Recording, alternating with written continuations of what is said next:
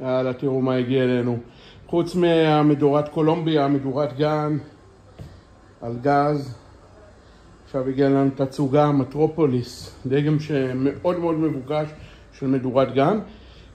אוקיי, היתרון הגדול של הדגם הזה, שלמעשה יש צד שהאש ממנו יוצאת, החלק העגול, ועדיין אפשר להמשיך לנצל את השולחן להגשה, ליין, לשים עליו דברים, ואז בשולחן אחד יש לנו גם את המדורת גן, וגם שימוש כשולחן.